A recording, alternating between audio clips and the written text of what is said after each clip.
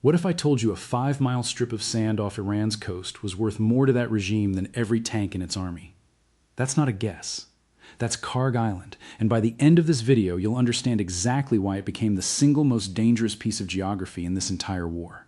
I'm Ryan. I flew F-15Es in combat, flew F-16S with the Thunderbirds, and I fly airliners now. And my whole job here is separating what actually happened from whatever headline is trending today. So let's get into it properly, source by source, because this one deserves it.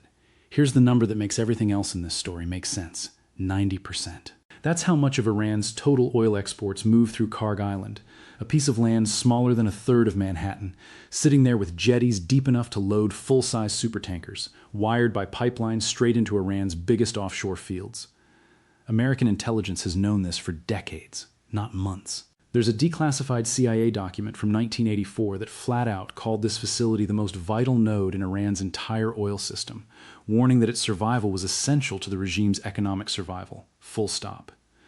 So when I tell you this island has been sitting in the crosshairs of American strategic planning since before I was born, I'm not exaggerating for effect. And here's a detail that genuinely stopped me when I found it. Back in 1988, decades before he ever ran for president, Donald Trump told The Guardian that if one bullet was ever fired at an American ship, he'd go take Kharg Island himself. That's not a talking point somebody wrote for him this year. That's something that's apparently been sitting in his head since the Reagan administration. Keep that in your back pocket, because it explains a lot about what comes next. On March 13th, Trump announced the American military had, in his words, totally obliterated military forces on the island, calling it one of the most powerful bombing raids in the history of the Middle East. 90-plus targets, naval mine storage, missile bunkers, air defenses, a naval base, a helicopter hangar. And here's the detail that gets buried under all that dramatic language, and it's the single most important fact in this entire story. He did not touch the oil terminal. He said it himself, publicly, that he was sparing it for reasons of decency. Even Iran's own state media confirmed it. No casualties among oil workers, no interruption to loading operations. The tankers kept moving. So right there on day one, you already have the split that defines everything that follows. Military side, hammered. Economic engine, deliberately spared. But Trump didn't just stop at obliterated. He pivoted straight to a threat, warning he'd immediately reconsider sparing the oil infrastructure if Iran kept closing the Strait of Hormuz. Iran fired back just as hard, warning that any American-linked energy infrastructure would be turned to ash. Both sides threatening the other's economic lifeline while very carefully avoiding actually pulling that trigger. That's the tension that's going to run through this entire story, so hold on to it. There's also a messy diplomatic subplot worth flagging, honestly. Iran's Fars news agency claimed the strike launched from HIMARS systems fired out of the UAE, and Iran threatened retaliation against Emirati ports over it. The UAE denied it flat out. I want to be straight with you. That origin claim is disputed, not settled, and I'm not going to pretend otherwise just because it makes a better story. A week later, Axios reported Trump was actually weighing blockading or occupying the island outright, and a White House official told the BBC the military could take out Kharg at any time, adding Trump retains all options as commander-in-chief. So even a week in, this was never a closed chapter. Then early April happened, and this is where the story stops being a one-off and becomes a pattern. The U.S. struck Kharg again, hitting roughly 50 of the same target sets from March. Vice President Vance said it publicly. This wasn't a change in strategy, just leverage being applied on a deadline, an 8 p.m. Eastern cutoff for Iran to reopen the strait. And once again, critically, the oil infrastructure walked away untouched. Iran's own Mehr news agency said the maritime export machinery suffered little damage and kept operating like nothing happened. 2 separate American strikes, same pattern both times. Now here's the part that actually raises the stakes for everyone watching this unfold. White House officials reportedly believed that seizing Kharg outright would bankrupt the Revolutionary Guard's revenue stream completely and could force a swift end to the entire war through pure economic collapse. On the other side, Israeli opposition leader Yair Lapid said publicly that Israel should go further, that it should destroy every piece of Iran's oil infrastructure on that island to topple the regime for good. 2 very different appetites for how far this campaign should actually go, operating in the same theater at the same time. And Iran clearly wasn't treating any of this as empty talk, because there's reporting that Iran laid traps and moved additional military personnel and air defenses onto the island, specifically anticipating a ground operation. Iran's own parliament speaker warned back in March that enemies were preparing to occupy one of the country's islands, and while he never named it directly, nobody seriously thinks he meant anywhere else. Now let's get to what actually happened most recently, because I think this is the most misunderstood piece of the whole timeline. After Trump declared the ceasefire over, fresh strikes hit in response to Iranian attacks on tankers transiting the strait. Trump, speaking on the sidelines of the NATO summit, said he gave Iran a little warning and then hit them hard that night. Central Command reported more than 60 Revolutionary Guard boats struck in that single round, 28 of them knocked out in one night alone, according to Trump directly. And Kharg Island itself got hit again as part of that same operation. He floated, seizing the island outright again, something he's repeated basically every single time this topic resurfaces.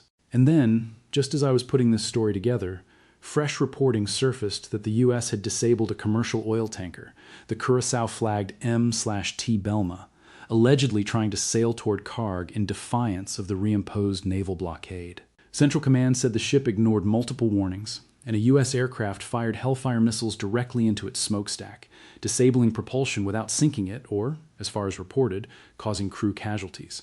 Central Command's statement ended with one blunt line: the ship is no longer transiting to Iran. That's a new tactic in this specific war as far as anyone's reported it, choking the island's function through blockade enforcement on open water instead of direct strikes on the facility itself. So here's my honest fact check on that dramatic headline you clicked on, because I promised you at the top I wasn't going to oversell this. Kharg Island has not been erased. Not literally. Not yet. It's been struck at least twice directly, with a possible third hit this week, somewhere close to 140 combined military targets across those raids. And the oil infrastructure that actually generates 90% of Iran's export revenue has, by every account, including Iran's own state media, remained functionally intact after every single strike. What's actually escalated isn't the bombing of the terminal itself. It's the blockade enforcement around it, ships getting physically disabled before they even arrive. There's one more thread here that doesn't get nearly enough airtime, and it's the part that actually keeps me up at night thinking about it from a planning perspective. Reporting has surfaced that Marine Expeditionary Units, the kind built specifically for fast amphibious raids, have already been positioned in the region alongside roughly 1,000 soldiers from the Army's 82nd Airborne, postured for exactly the kind of ground seizure Trump keeps floating in public. A retired vice admiral who used to run deputy operations at Central Command told reporters Marines could probably take the island in a matter of hours, given how small and lightly garrisoned it actually is. Taking it, he said, is the easy part. And that's where it gets uncomfortable, because holding a small, exposed island under sustained drone and missile harassment is a completely different animal than the initial assault footage that dominates the news cycle. Iran has spent recent weeks visibly preparing for exactly this scenario, laying traps, moving in shoulder-fired missile systems, reinforcing air defenses that earlier strikes had already degraded but clearly not eliminated. One retired four-star, the former NATO Supreme Allied Commander, put it bluntly, saying he'd be genuinely worried about an operation like this because, in his words, the Iranians are clever and ruthless, and there's a chilling piece of intelligence underneath all of that. One source close to the planning raised the possibility that if American forces seized and held the island, Iran's most rational move wouldn't be trying to retake it. It would be striking the oil infrastructure itself, since at that point there'd be nothing left to lose. Add to that an unresolved satellite-detected slick near the island, roughly 45 kilometers of residue that outside researchers flagged as consistent with an oil spill, something Iranian officials attribute to a passing European tanker rather than military activity, and you see how many ways this could still go sideways, even with the current restraint holding. Now let me give you my own read on this, and I'll flag clearly that this next part is analysis, not reporting. I think the restraint on that oil terminal has been the single most consistent thread running through this entire sub-story, and I don't think it's squeamishness on anyone's part. I think it's a calculated leverage play.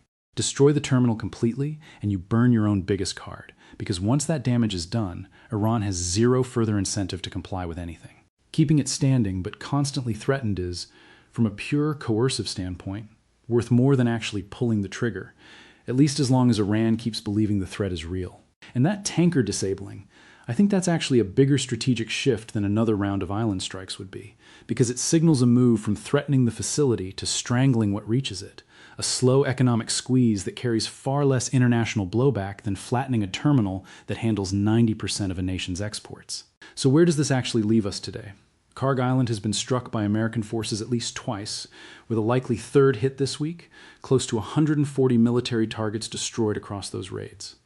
The oil infrastructure remains standing and operational by every account on record, including Iran's own. Trump has floated seizing the island outright more times than I can count, and has never pulled that trigger. And this week, the tactic shifted toward choking ships headed for the island rather than striking the facility again directly. That's the accurate, sourced picture, and it's a lot more layered than a headline like ERASED would suggest, which is exactly why I wanted to slow down and walk you through the receipts instead of just running with the dramatic version everyone else is pushing right now. If this kind of fact-first breakdown is useful to you, subscribe and turn on notifications, because the moment that restraint actually breaks, I'll be the one bringing you the real version of that story too, not the exaggerated one.